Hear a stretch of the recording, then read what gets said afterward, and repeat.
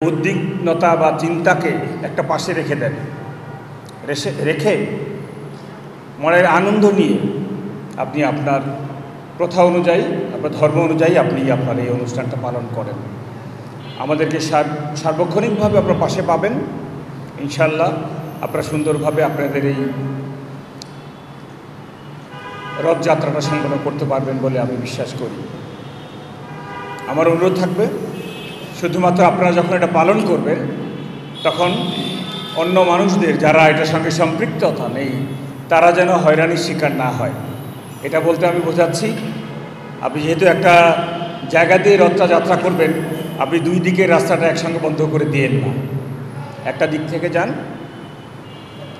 অন্যান্য দিনগুলোতে যে সেগুলো অনুষ্ঠান পালন করবেন একটু খেয়াল রাখবেন যাতে আপনার কথায়, শব্দচয়নে, বডি ল্যাঙ্গুয়েজে উস্কানিমূলক কোনো কিছু যেন না হয়, যাতে অন্য কেউ এটা থেকে এমন কোনো খোরাক না পায় যে আপনার প্রতি একটু বিরক্ত হবে।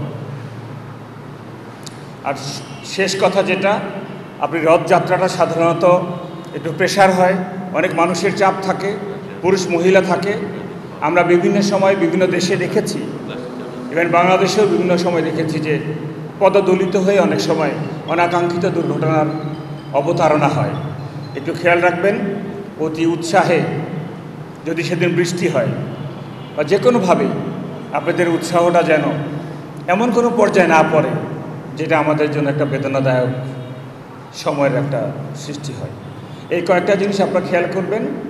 আমি খুব বলিষ্ঠ কণ্ঠে বলতে চাই, বাংলাদেশ সেনাবাহিনী এবং অন্যান্য আইনশৃঙ্খলা বাহিনী মিলে, স্থানীয় যে প্রশাসন আছে, সকলের সহযোগিতায় আমরা ইনশাল্লাহ যা করণীয় তাই করব। আপনারা চিন্তিত না হয়ে, উদ্বিগ্ন না হয়ে আপনাদের কাজটা সুন্দর মতো করবেন। আমি শুধু যেই উপদেশগুলো দিলাম সেটা একটু খেয়াল রাখবেন যাতে আপনাদের তরফ থেকে এমন কোনো কিছু না হয় যে যা অন্যের একটা বিরক্তি বা একটা অসন্তোষের কারণ হয়। আমি ব্যক্তিগতভাবে এখানে এসে এটা বলার একটাই উদ্দেশ্য, আপনাদের অনুষ্ঠানটা আমরা কতটা গুরুত্বের সঙ্গে নিয়েছি সেটা বোঝানো।